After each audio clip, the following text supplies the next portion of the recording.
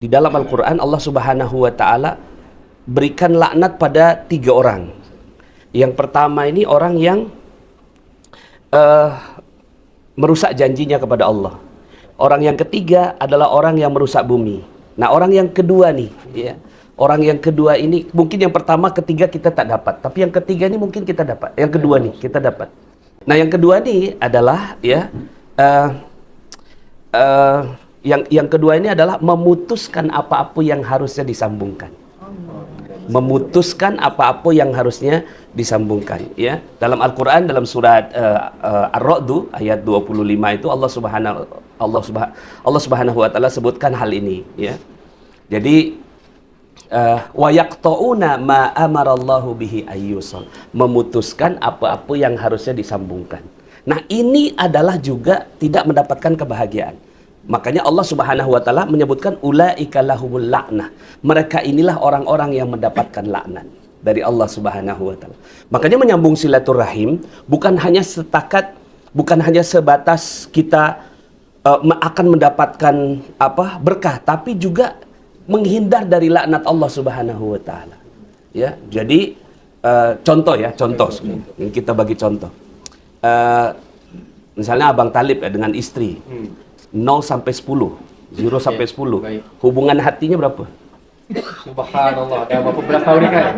Bagi 9 lah. 9. Dengan anak yang pertama. Oh, subhanallah. Sebab dia duduk jauh sikit lah. 8 lah barangkali. So dia lain-lain kan? Nah, kemudian saya sebutlah satu nama ya. Satu nama.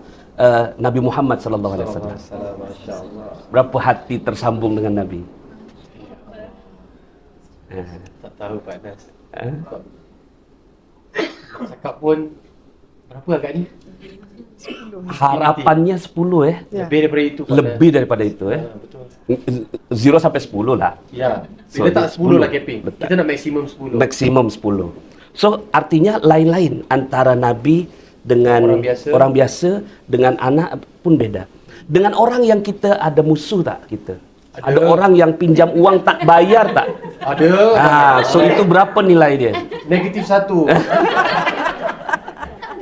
Yelah, kadang dia kalau tak melintas dalam fikiran saya, kita okey-okey. Tiba-tiba dia melintas. Betul tak? Rasa tak? So inilah yang disebut wa yaqta'una ma amarallahu bihi ayyusal. Pak Nas, minta maaf saya mencela. Katalah, ni bab cari pinjam duit. Dia dah pinjam duit, kita tak fikir pun. Tak adalah nak, kalau boleh kita nak dah belajar dengan bunda, nak halalkan, bismillah insyaAllah. Tiba-tiba dia keluar check in, pergi Surabaya, pergi Genting, contoh check in pergi Europe. Hutang aku kau tak bayar. Ya. Contoh Pak Nas. Dia jadi timbul buat rasa tu macam mana Pak Nas? Itulah wa yaqta'una ma amarallahu bihi ayyusal. Jadi kita ni rasa kita sama semua orang dia kena 10. Walaupun orang tu hutang saya. Iyalah. Ya, ini kena 10.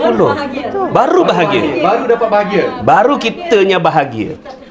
Ya, kenapa kita tak bahagia? Karena dilaknat oleh Allah Subhanahu wa Ta'ala, dicabut rasa nikmat itu.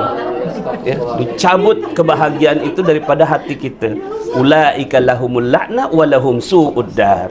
Dan nanti dia ditempatkan dalam tempat yang tak bagus. Nah, ada kaitannya dengan rezeki. Karena ayat berikutnya Allahu yabsutur rizqa liman yasha wa yaqdir, dan Allah menghubungkan antara hati itu dengan rezeki.